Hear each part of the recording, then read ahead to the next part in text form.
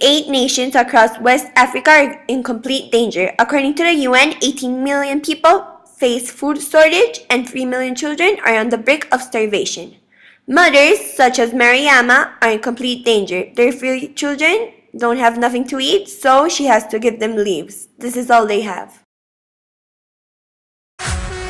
Looking up, there's always sky. Rest your head, I'll take you high.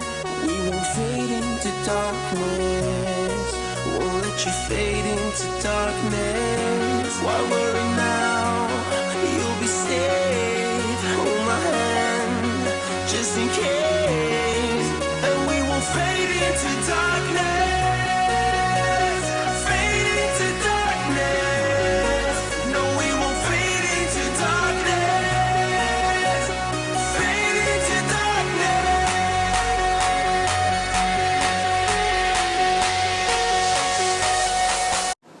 Hi, here we are with Mr. O'Connor, who is going to talk with us about world hunger. So, what do you think about the situation that in many developed countries, people are wasting tons of food, while in many developing countries, people are dying of world hunger every minute? I think it's in which being aware of what is your impact on the planet, right? And everything you consume, and what impact does that have on the environment and other human beings, right? And so the United States, as we all know, has the largest human footprint, ecological footprint. What do I think about it? Well, I think that everyone has to start with themselves. Everyone has to start to being conscious of what they can do to reduce their impact and to contribute somehow, some way to a better world. What are the 3 main causes of world hunger?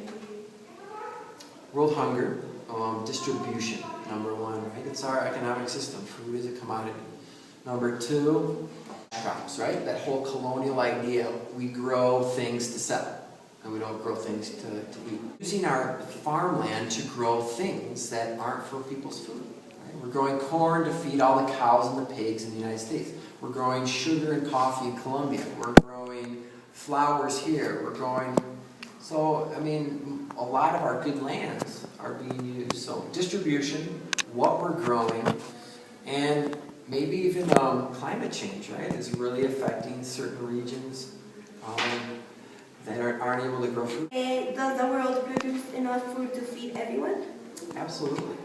Absolutely. How can developed countries help developing countries reduce world hunger? Forgive the debt. I believe that the IMF, the World Bank, should forgive the debts of the countries that have the biggest debts. The Haitis, the Bolivias, the Malis, the Sudans. How can we expect these countries to ever develop, be somewhat self-sufficient, feed their people, when they have to pay 30 to 40% of their GDP to the foreign banks, right? So I think that's one way governments can help. How else can governments help? Governments can I think, develop policies that help their countries. Many times countries are forced into free trade agreements because they have to. Because if they don't, they won't get any more loans, right? So free trade agreements are a lot of times sold as, this will help you develop. Well, the record has shown so many poor countries have gotten worse. Okay, thank you very much, and thanks for your time. Thank you. Cool when the world must come together as one. There are people dying. Oh, when it's time to lend a hand to life, the greatest gift of all.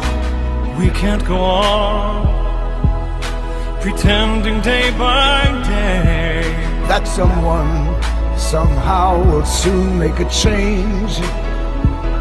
We are all a part of God's great big family.